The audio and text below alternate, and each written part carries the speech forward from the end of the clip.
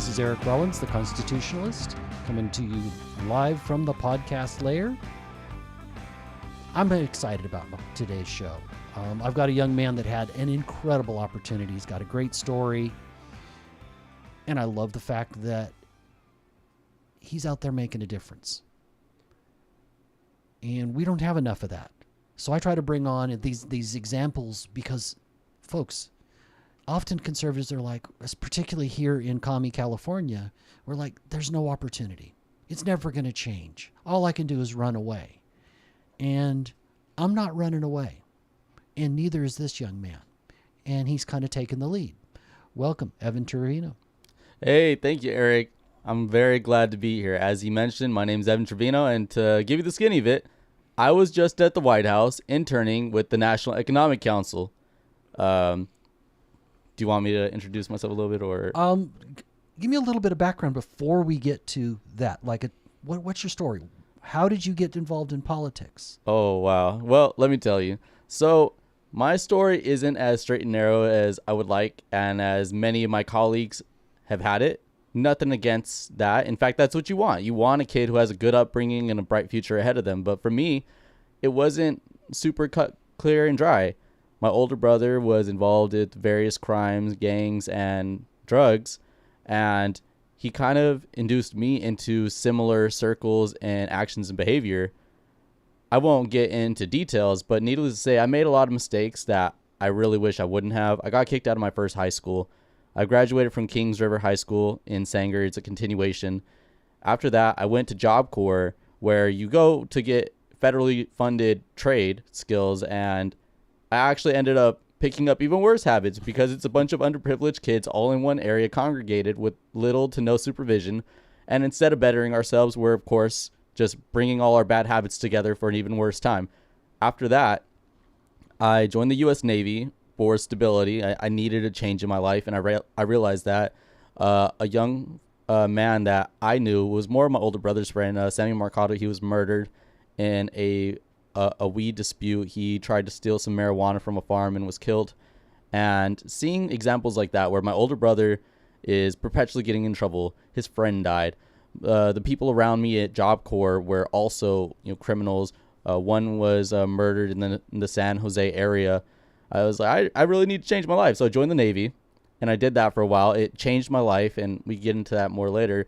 But eventually, God had different plans for me. I was medically retired for a head injury that led to a litany of other things.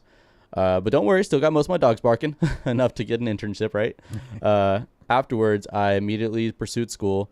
I had a very bad GPA in high school, as you can imagine, so I wasn't able to go straight to Fresno State. So I started at Fresno City College. And this is where politics really started to take off, because at this point, I was more so interested in people rather than politics. And it eventually led me into the lens of politics, because policy really drives human behavior in a lot of ways. That's where I met Matt G. He, at the time, was the field rep for Turning Point USA in our area. And we clicked almost immediately. Good guy. I've interviewed Matt. I know Matt personally. Good guy. Yeah, so together, me and Matt, we took a chapter that was virtually non-existent at Fresno City College and made it a thriving one. We made Fresno City College great again. And afterwards, when I transferred to Fresno State, I tried to continue that work to the best of my ability. I got involved with more groups, the Young Republicans being one that's very prominent with me. I love my Young Republicans. CRA is a new development. They've been very supportive of my journey, and I got nothing but love for them. And it ultimately culminated into me going to the White House. And well, how in the world do you have to? Does somebody recommend you? Do you apply for it? How's that go? So my understanding is many people that get into that program do have a hookup, and that's not to say that it's so they know somebody. Yeah, it's not to say it's guaranteed, but it helps to have someone kind of push the paperwork, right? The letters of recommendation are also important, but for me, I didn't have that, and in fact, it was kind of the opposite. I was bare bones less than 2 years into politics. And I'm applying to get into the White House. All I really got is my story and my sea service. Well, you're also a little more MAGA than a lot of the Turning Point people. Oh goodness, that's the trouble, right? When do I tell the girl on the date, hey, I'm kind of a right wing extremist? No, but it's all in jest. But what I would say is, yeah, I've become very comfortable in my policy stances, and I am pretty, I don't want to say far right because it sounds cliche. I would say I have a very strong sense of national pride and religious obligation. That sounds like somebody that just has traditional values. You would think, right? You would think, but in the year 2025, traditional values, I mean, what are we comparing it to? What was traditional in 2000s, What was traditional in the 1980s? I feel like... Well, and you didn't even tell me what your pronouns were. Well, if you want my pronouns, big dog, you could refer to me as big dog in all our conversations, and we'll be fine. That's a good comeback for that. So it's interesting to me that no connections. They must have just saw your story and went, this is the guy that we want to give the opportunity to. And you must have had to prove yourself. Was it an interview process to get accepted? Actually, no. So I asked them about this, right, in our end of session interview. I was lucky enough to do my end of session interview with the actual director of the program. And what she had told me was, I can't remember what you wrote, but I'll always remember how it made me feel. Your story, having never met you, I could tell that you're someone who's been through things, you've been tried and tested, and your convictions are true. There's a lot of people who have kind of had the easy road in politics as far as like, you come from a great neighborhood, a great family, and like I want to stress, that's what you want, but you've ultimately never been tested on your values. You've had it on easy mode, whereas me, I grew up in California. I didn't come from a conservative family or even a political family. In fact, in a lot of ways, the early community in mine was hyper liberal. It's very progressive, near communist. And when you have to come to the realizations yourself, you meet these lessons through life rather than it just kind of being given to you and never having to test this in the field. It comes off much more genuine because I came to my beliefs. It wasn't handed to me. It wasn't bestowed to me. I went through life living the wrong way and had to find the right way. And I think that really resonates with the administration, as well as also my sea service, right? There were many times in my life where I could have allowed the situations that had happened, whether it been growing up with the situation I did or being medically retired and having my career stripped from me. The first thing in my life that I was good at and I could be proud of was taken from me. And I could have allowed that to, weather me down. I could have became a shut-in just living off of my disability compensation. But no, God had a greater purpose for me. And I chose to live by that purpose, and I'm pursuing that purpose. And I think the administration really respected that.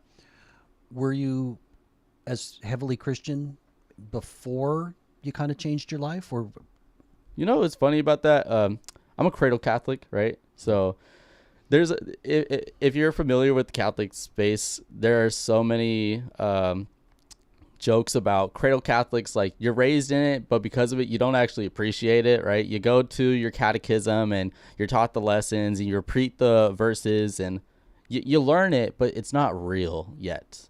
And for that reason, a lot of cradle Catholics stray away from the church. It's kind of like first generation Americans that came the right way. They so appreciate the freedoms we've got here. Well, the Americans that have lived here for generations very frequently don't appreciate. I think it's the same story, just about Catholicism. Yeah, so there was a very huge period in my life where I had stepped away from the church. I don't think there's ever a period in my life where I didn't believe God existed, but there was a period where I just was not living the right way. I wasn't living according to those values. In fact, I would even say I had forgotten those values.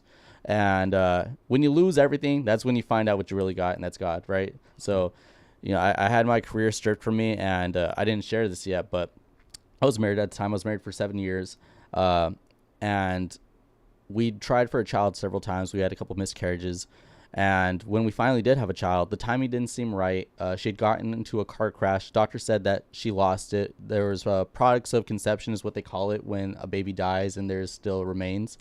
And so we had that confirmation that she lost it, but then she started showing signs of pregnancy after that. So I was like, okay, maybe the doctor got it wrong. That happens.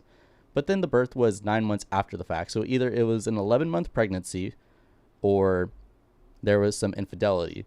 I got a paternity test one day when she had jury duty, and I found out it wasn't mine, right? So I confronted her about that, and I told her basically, listen, if you confess to cheating right now, I'm not guaranteeing things could work out, but we've been married for 7 years. I don't want to, just throw this away for nothing, but you got to be honest right now. And she wasn't. So unfortunately I had to make that decision to move forward and leave that. So I lost my career, and in the same year I lost my marriage. Right. And that divorce was also, pretty financially strenuous as well. So you lose everything, and then you kind of like, all right, well, what do I have?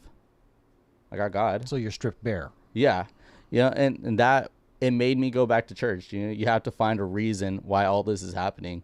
And I think that curing process of just the soul, it's something that's so time tested and true. When you go through all that through the storm and you could see the end of it, that's God waving you home. So it brought me back to God. Cool. Without that foundation, do you think your intern experience would have been the same? No. I think one thing about my internship experience, specifically mine with the National Economic Council, the whole point is to make life more affordable and to make life easier, which it's a very... So communism's the way to do that, right? Absolutely not. No. Goodness gracious. We practice McCarthyism in this house. No. So what I would say is that if you don't have the fundamental appreciation for what is the American citizen, what is like the ideal American life, then you can't practically get there as an economist. If you don't know what the ideal life is, which is, a God-fearing family house, then you're going to go into different areas. Because if the goal is just for GDP to go up, just for the chart to go up, you could do that in a very secular way that's going to make life miserable for many people. But hey, the stock market's doing well, right? So I think having that foundation of family and faith is so detrimental to being a good faith economist. So essentially you wanted to, their goal was to create a situation where through capitalism, all boats rose, as opposed to what happens so often in the deep state, where you run for Congress and all of a sudden, because of insider trading, you go from no money to a millionaire. We have Ilhan Omar, who 4 years ago had $65,000 to her name and is now worth like $30 million. That's just one example. And there's examples on the right also. There's a lot of corruption there. Absolutely, yeah. When it comes to the special interests and stuff, a lot of people like to cite how in America we have this huge wealth gap. And as an economist, personally, and this might be a hot take for some people, it's not as important to me as the bottom section of the gap. How good is their quality of life, right? Because, if we have Elon Musk as becoming the world's first trillionaire soon, but the average person in America, the average low income person in America could still eat, could still afford to put a roof over his head, the gap, I kind of don't mind it, honestly. As long as we add one other thing. If it still applies that through hard work, entrepreneurship, you taking a good idea, you could rise or fall depending on your behavior, as long as that element's there. In other words, you can reach for the American dream, but you got to work. Absolutely. Meritocracy rules everything. And I think even in systems where they try to disincentivize that, right? You look at a lot of the DEI programs, you look at a lot of what happened with, writers in Hollywood and how they kicked out all their good old white writers, and you got a bunch of terrible movies that flopped. Even in systems that try to push out meritocracy always wins. There's no way around it. Well, it's interesting to me. One of the first places I saw in sports that absolutely pushed DEI, Black Lives Matter. By the way, from my perspective, all lives matter. It's not that Black lives don't matter. It's that no life is more valuable than another. Mm-hmm. But the NBA started pushing this DEI perspective, and they have got their big whiny crybaby named LeBron James that whines about it. Yet, if we're to do everything by the numbers because we want equality of outcome, that's what DEI wants. They want all the numbers to match up. Where's all the Asians in the NBA? How come there's no Latinos? Oh, no. See, Thomas Sowell writes about that, right? You look at different... Great man. One of my heroes. One of his most recent book, Social Justice Fallacies, talks about how when you have all these different sports and you see how all the races kind of interact with them, right? Hockey is overwhelmingly white, basketball and football are overwhelmingly black, baseball is overwhelmingly Dominican or Hispanic, and you look at those different sets. It's not because you hate or like any one race more than the other. It's that different races have different interests, as well as sometimes genotype, right? I think it's black and caucus white have more likelihood to be above 6 foot tall, and Hispanics and Asians are more likely to be under 6 feet tall. Right, and it's rare to have a basketball player that is less than 6 foot tall. Yeah, and so I think that in those cases where you have a cultural aspect where they like these sports more, and they also have a physical aspect where they're more likely to succeed at these sports, there's nothing wrong with those changes, because that's all meritocracy. It's all that this 6'5" guy that can shoot this ball well, and that'd be a little guy. Yeah, that would be considerably a little guy. That is meritocracy at its finest. And if we did true DEI, where we're trying to get perfect representations of the general population, sports would be very boring to watch. Well, I mean, if we're going to do that, then we should also have every gender represented in a sport, and frankly, the people that they're handicapped, they should be out there too. And it doesn't mean I'm talking about their brains. I'm talking about like somebody that's maybe their legs don't work or they're missing. Yeah, but they should be on the court by the ultimate way of moving for DEI.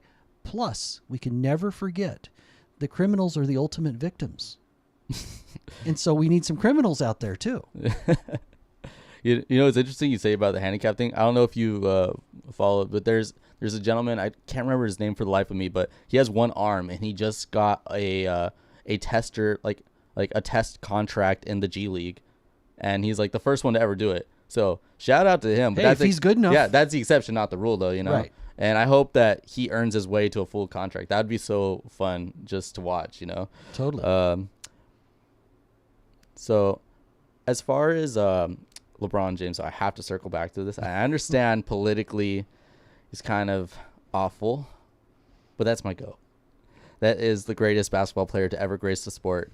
And this might be a generational difference, but LeBron James, probably not watching, but if you're watching, I love you, man. I love you so much, dog.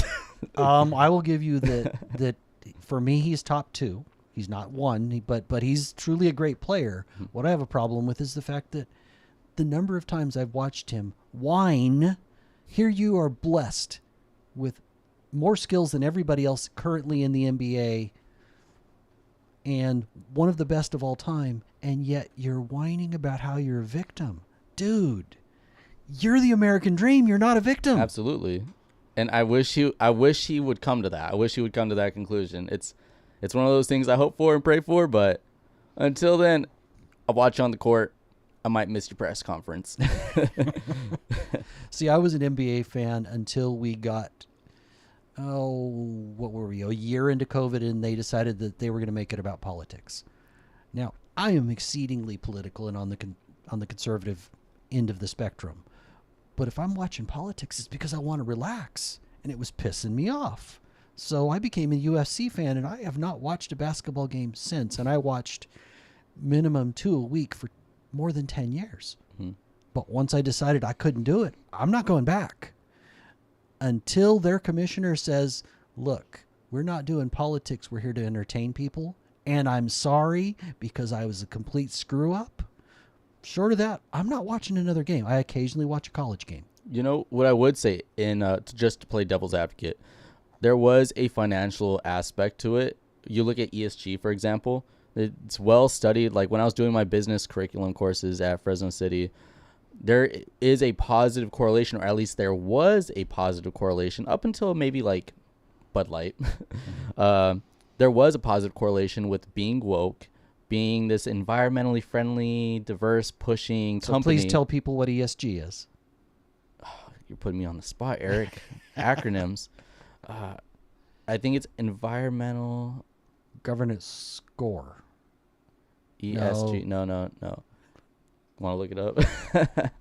But My producer's out for the moment. So all right. Well, it's not just that important. To give you an idea, ESG is essentially a grading system in which you can tell a company is equitable, are they socially aware, are they essentially woke, are they woke? That is essentially ESG. Right, and I don't want anybody to be equitable. I want equality of opportunity. Yes. Which is based on meritocracy as opposed to based on results where you might not have to work. So with the point of that, right, there was, according to actual like studies, empirical research, for a while, there was a positive correlation with being this environmentally conscious, this socially conscious and equitable sort of company culture with higher returns on investment. So you're making more money being a woke company because the consumer was kind of mentally conscious of that. But I think you can only be in a situation like that where your economy is booming, right? Where you're doing well, you have money in your pocket. So you're saying, I'm not looking for the best and cheapest product. I'm looking for the guy that aligns with me because I could afford to make that choice. Environmental social governance. Yes. And I think that's it. I think that is it. I think that's it. So with ESG, right, for a while, the study showed if you were being a woke company, you're going to make more money because people are going to like your company. But then that started to go downhill in the Biden administration, and especially with Bud Light, right? Well, it's because it went beyond just a little bit of a leftist perspective to denying biology, things like that. So specifically with the NBA, right, being environmentally conscious, being socially conscious and all that was doing well for them until it hit the tipping point. People eventually get sick of it, right? No one likes being lectured. No one likes having a finger waved in their face saying that you're evil, we're victims. No one likes that. So you get to a point where it doesn't work anymore and it works to your detriment. And I think the NBA has begun to realize that. I think sports in general has begun to realize that. They're kind of getting back more into like the college bro sort of atmosphere. You know, they're bringing all the sports companies are bringing in Shane Gillis so they could like do a commercial with him real quick. Right. You know, I'm going to just say one more thing on that. The NBA was complete hypocrites because all of those things that they imposed in the United States, none of them happened in China. Mm-hmm. Because they wanted to open up that market. So the NBA was just for sale. The reason I want to switch because I don't want this to be just a sports. Oh yeah. Oh, sorry about that. Well, no, it's all good. But you had a unique experience. So who'd you get to meet? I got to meet a lot of great people. So I think I'll work my way up to the coolest, right? All so right. I got to meet I got to meet Scott Turner. He's in charge of housing and urban development. Okay. Amazing story. NFL, very humble beginnings. I resonated with his story a lot. I got to meet Ben Carson. I got to meet him on the way out of the White House, actually. He was just standing there, like, chilling by himself, and I had to look, like, 3 times, like, am I doing a racism right now? Well, one of the smartest guys out there. I That's got to be cool. With no security or anything. I was just like, Dr. Ben Carson. I got a picture with him. I got to meet JD Vance. He came and spoke to my internship class. And, of course, I also got to talk to Kevin Hassett. He was the director for my department. He's likely to be the Fed chair. Oh. I mean, that's not like insider thing. That's speculation. You look at Bloomberg and everyone else that covers the economy. He's the likely choice. The betting markets would agree with that as well. So I'm not giving you some type of information that's like from the inside. It's just that's what everyone's saying. And he's a smart guy. I think he'd do a great job there. So I got to meet him. In fact, that's my profile picture now, me and him. And I got to meet Trump. Not many people get to meet Trump, so that's a big deal. Now, did you get a picture too? I got a class picture with him, and I actually brought that's it. That's all right. So, Phil, this is going to go on, right? Yes. Now, we can put that in the show notes. I could even crop it. And hold it steady. I could send you a digital one. Send me a digital one. So that's pretty cool. Yeah. So you got to meet the Orange Man. Yes, and he kind of actually is. I'm not gonna lie. He's not nearly as orange as they make him on TV, but there's a little bit of spray tan. He got a little color to him. He's a POC. He's a person of color. Oh yeah. He also gave all of us a challenge coin too. So this coin is one that you can only get from the president, and this is the military color. Normally for civilians, he gives a gold one, but this is the military one, so it's even more rare. Cool. That's kind of a big deal.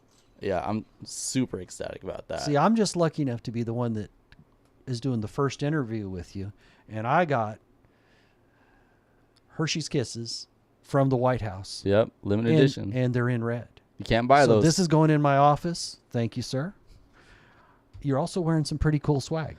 Oh, yeah, of course, right? So check the drip. So, all right. I got my White House sweater. I bought this from the gift shop. Derek's the guy who works in there. He's in the Navy as well. And that was like kind of like my escape from work every day, like 10, 15 minutes. I go by the gift shop and chop it up with him, just talk. It's nice talking with other enlisted people. I got my Trump 47 hat. This is signed by Charlie Kirk. Rest his soul. I received it for making Fresno State great again because the chapter was essentially removed because of some internal nonsense going on. But I came in, showed good faith. We had an amazing Chloe Cole event, and Turning Point was very grateful, and they sent me a hat. Well, cool. So you got to meet Charlie and Chloe Cole? Oh, yeah. Chloe Cole's like one of my homies, too. Like, she's so cool. We talk all the time. Like, a lot of respect for what she does. Charlie Kirk, I have met several occasions. I've talked to him for like 5 minutes, like at a Turning Point event, but he's also just such a busy guy that it's hard to get him into any one spot. But he is also just, he had such an aura about him. Like, he was so on it. He was quick and he was genuine. Like, who he is on the debate stage and who he is at his Prove Me Wrong table is who he is genuinely. Like, he is just such a smart and great guy, and rest his soul for what happened. No, that one is truly sad. I hope that some good comes out of it. There seems to be a lot of fighting over that, and I see the fighting is largely nonsense because he's gone, and we need to honor the legacy, not focus on the details of how the person or whoever it was murdered him. I think we need to be better than that. He would want us to be better than that and focus on the positive. And so I hope people kind of get over that and stop the fighting. And he was turning our youth towards freedom, believing in the First Amendment, believing in God. All those are great things. Mm-hmm. Of those people you listed, who affected you the most? I personally think it was Trump. And despite how brief it was, and despite how non-personal it was, because it was to the whole class, right? I understand, like, he's the president. Like, getting him anywhere is in and of itself a challenge. But the reason why I would say it was the most significant to me is because coming from, if I can, say this myself, what I consider to be humble beginnings, going through all that I've gone through, and seeing the president of the United States in front of me, it really showed me that all this was not for, it was not for naught. Maybe I'm using the expression wrong. All of it was purposeful. All of it was meaningful. And this is only the beginning. It was such a rejuvenating feeling. It was vindicating. It made me feel like, and he came to see you. You didn't go to see him. Most of the time when people get to see Trump, they went to see Trump. Yeah. You were doing something special enough, he came to see you. Which is cool. That is an amazing way of looking at it. I haven't thought about it that way. It was huge for me because it showed me that I belong here and what I'm doing is worthwhile, and I'm going to keep doing it. I'm only going to do it bigger and better, and I'm really going to carry that MAGA America First mentality with me throughout all my endeavors. There were a lot of people here in Fresno who, with the best of intention, had basically told me, Evan, you're a bit much sometimes. Like, your personality is a bit bombastic. You come off as uncouth sometimes, like, and you also just kind of don't have the professional look about you. Maybe you should cut your hair, maybe you should dress a little different. Maybe you should talk a little different. But no. This experience has really showed me that my authenticity is my greatest tool set. Mm-hmm. Like, it's not my quantitative analysis. It's not all the books that I've read. Those are great. But I think my story and who I am resonates so much farther as far as the work that we do. Plans for the future? Plans for the future. So I put in my resume with a few places, hoping to hear back with the administration. I hear that after midterms is some of the best opportunity to get back in, because a lot of the current staffers will go out back to private areas for job security for when the administration ends. So it opens a lot of entry spots. Mm-hmm. So putting in my resumes, hoping to hear back, going back to school. I'm here at Fresno State. Go Dogs. And I'm going to continue doing what I have to help get us through these midterms. If that doesn't happen and you don't go back to D.C., what do you do here? Well, I think the first thing I do is finish my degree, right? I think that's going to be a significant help to me as far as just credentials, as well as the White House internship. I mean, Navy veteran, White House intern, or former White House intern, they're very specific about that in the program. Right. You always have to say former. Former White House intern, Navy veteran, and economist by degree.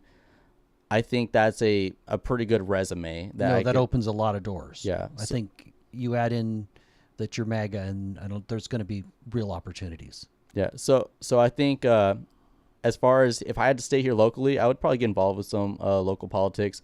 I'm trying to do more to cover it on my own YouTube channel, but my monitor broke. So I got to replace my monitor, and hopefully I get back into creating content.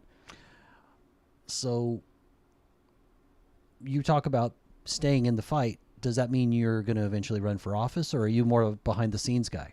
I wouldn't put myself against it. One of my former economics teachers, he's one of the city councilmen, Esparza. Oh, yeah. So while he, I believe, is a Democrat, it shows that there is a place for economists in public service. Mm-hmm. So I wouldn't put it against me. It's not something I'm aiming for necessarily. What I'm aiming for is service.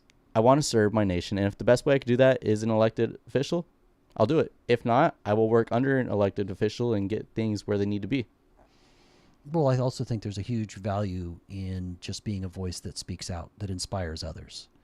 So when you're back, now that you're back, and you're back in school, what's your role with Turning Point now? Well, I am no longer the president. I had to let go of that. I could have tried to cling on to it while I was away, but that would have been wrong in my opinion. So I'm going to get back. I'm going to see where they're at. I'm going to meet them where they're at and see how I could help. And if they feel like they want me back as their president, I would happily take up that mantle again. If not, I'll support in whatever role I'm in as appropriate. I'm not going to try to be, the puppeteer behind the president saying that it should go this way or that way.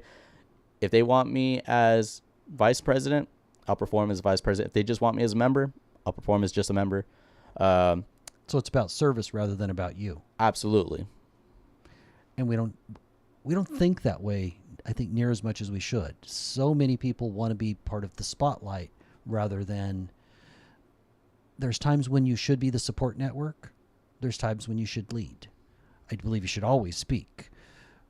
But we got to figure that out, and people are so worried about me. For instance, California government is all about me. It's one-party rule, but, Gavin, he's a pretty good singer, but he can only hit one note. And all you ever hear is me, me, me, me. You've been saving that one for a bit. All right. It's a good one. But to me, it's a warrior mentality that I learned in the Navy. It's shipmate self. I'm always going to put the country ahead of my own endeavors, or the organization in front of my own endeavors. And then I'm going to put my coworkers and, my teammates, my family above myself. And then at the very end, of course, there's self-preservation. I'm not going to let myself burn for nothing. Well, that's a very different perspective. When people go through the military, I did not serve. I kind of grew up in a time when there was not a lot of need when I was in high school. I graduated in 87. There wasn't much going on. I had recruiters regularly trying to convince me, and I'm like, I don't want to do that. I want to open my own business. I want to be an entrepreneur. Mm-hmm. And it took me a few years to get there, but at 22, I opened my own business and did my own thing. But a part of me kind of wishes I had, because I'd have been so well served, even if I just served for a few years, to learn the discipline. And I have some of it now, but I did not then, and I would have been well served. So going through that military experience, I think it changes you. It also teaches you about sacrifice, and you give up a lot of your rights. Yeah. Try to use your First Amendment rights while you got a oh no, commanding officer. No. Yeah, it's not gonna fly. You can't even go to really like rallies. You're not even supposed to like be involved in anything political while you're in the military. You know what I would say is that you're exactly right. The character development is the greatest thing they give you. And I've been given some really nice stuff from the VA. You know, like I got health care. They compensate me for the disability from the injuries that I sustained from service. I have college paid for. And those are all wonderful. But the thing that really they gave me that is the most important thing to me was the character development that I take forth into my service in my everyday life. If you're a young guy and you're not married, consider the military, man. 4 years, dude. It'll change your life. And you want to stay longer than that. Well, a lot of people turn it into a career. I've got family members that it was a career. I've got a grandpa who was very influential on me, and he was a retired at the last year, I think. They convinced him he needed to be an officer in the Marines. Before that, he was as high as you can go, which I think is sergeant, without actually being considered the upper brass. And then they promoted him. I mean, yes, because staff sergeant is E6, and that's like you're not considered senior enlisted, but you're not junior enlisted anymore. Right. You're like kind of like there. He got convinced that no, you need to finish this way, and he didn't do it because of money. He liked where he was at, but he was so disciplined that he turned around, and then he did 20 years with the Postal Service, and then he worked part-time as long as he could at a hardware store and ran a garden that fed the local food banks. So seeing all that really changed. Seeing that discipline, seeing that focus, seeing how he served others was a huge deal to me growing up. With the youth movement, and you're clearly, I mean, you're probably a little older than most college students because you had 4 years well, and you've already been married, which is a lot of college students had. Yeah, I am 28 years young, so it's always fun with my classmates. Hello, fellow kids. And some of them are 18. Yeah. You know, a few months ago, they had to ask permission to use the restroom, you know? Right. So my question is, where do you see the youth at? The youth is in a really good place. The kids are all right. Let me tell you that. But what I will say is that the difference is that the kids come from a generation where it's basically been black-pilled their whole life, right? Whereas like my generation, millennials even, you had the transition of the generation before us could buy a house, now we can't. You know, the generation before us could raise a family, we can't afford to do it. Whereas the newest generation, Gen Z, Gen Alpha, they're raised into a dystopian future where things have already things as soon as they were born, they knew they could never afford a house. They were born, they immediately knew they weren't going to be able to afford a family. Like they grew up in such a rough environment, socially and economically, and it's created some real warriors on the right. Like a lot of the young cats, they are real activists that the conservative movement has not ever seen. And I think that scares some people too, though, because they're also not as controllable either. Like, so it's like the saying, hard times create strong men. Absolutely. And so they're hard times, you're seeing warriors. I'm seeing warriors. These are people that love this country and they love God unapologetically. They're willing to get fired. They're willing to get kicked out of class for it. And I think it's going to be good for the country. But I also think that for the milquetoast conservative who is basically just, it's been enough to just say, like, we don't like this policy and we're going to wag our finger at it. It's going to scare you because they're going to trample over you if you get in the way. You know, you could support them, be at their side, or you can be the road that they walk on. Almost as if you're saying that Trump changed the world and that they've seen Trump's vision and his approach and let's go. Yeah, he was the power kick. You know, Trump is not the end. He is the beginning of a fundamentally different Republican Party, a fundamentally different conservative movement. Well, that's a big deal.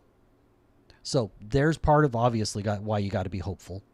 I did this because I saw my liberties being trampled on during COVID. I was not politically active, though I grew up in high school listening to Rush Limbaugh and some of those foundational. It's like Rush was the seminal character which led and kind of went hand in hand with Reagan and Margaret Thatcher. But then we had a lot of years where Republicans were kind of milquetoast, didn't fight, rolled over. And all of a sudden, this new guy came along that said, I'm going to run for president. And it changed the world again. For me, when I saw my rights being trampled on, I went, okay, I got to be the guy that makes a difference. I got to do something. And I had no idea what to do.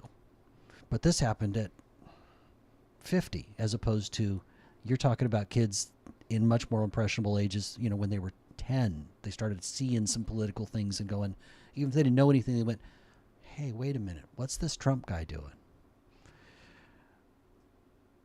Were you brought into the movement in that way, or did it just kind of happen? You know, it's interesting, my story with Trump, right? Because, like I said, I was kind of politically jaded. I was kind of grew up in a bad situation, not from my family, but just the environment I was around with my older brother and my peers. And I grew a distaste for the government. I drew a distaste for, and not in the based way, in like a woke way.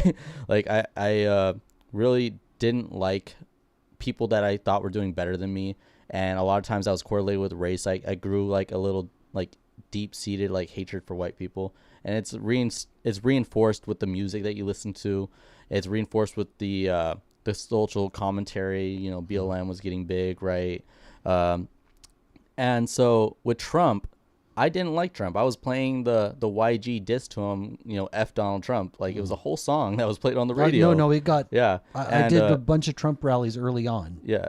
I went that first time he ran, so that would be 2016. So in 2015, it was the most of the rallies were 2016. I think I went to 13. We'd have people pull up and blast the F Donald Trump song. And I'm like, I love rap music. What are you doing to me? Yeah. So I joined the Navy at this point, right? The election wasn't over. It's 2016. I watched the debate with Hillary and Trump, and I was like, oh, maybe this something a little to this Trump guy. I still don't really like him, but I mean, he's not as bad as Hillary, you know, especially with a lot of my military peers saying about how bad she was, you know, for us, specifically with her job. What was she? Secretary of State? She was Secretary of State. Yeah. Especially with her performance as Secretary of State and how pivotal that was for a lot of people in the military in a bad way. With that, I knew I didn't like her. I didn't like Trump, but I really didn't like her. And I kind of like Bernie, but he got snubbed by his party. And then he took it. Yeah. He'd be more real if he got snubbed by his party and went, oh. Yeah. If he became a defector and was, fighting them on it. But no. After they snubbed him and put him in his place, he was like, okay, I'll be a good boy and I'll listen to the party and go along with it. But at that point, I was like, all right, I really don't know where I fall on this. But I know I definitely don't like Hillary. But it would be more appropriate to say I really don't like Hillary and I don't like Trump. But then, we just got to move towards wrapping it up. Okay. So being very fast, was on the DISCA, which was a hurricane relief for Hurricane Helena. I was there actively trying to supply food, water, and resources. The media was saying we weren't, so I knew they were lying to Trump on that. I was there for the deployment leading up to the Abraham Accords. I saw him fundamentally change the Middle East. I was like, okay, this guy's policy is really good. Tax Cuts and Jobs Act, we started saving way more with tax returns. I was like, okay, you know what? I eat my words. This guy's awesome. Well, very cool. All right. In 20 seconds, final thought. Final thoughts are, Eric, thank you so much for having me. This is the first podcast I've ever done. Hopefully it's not the last.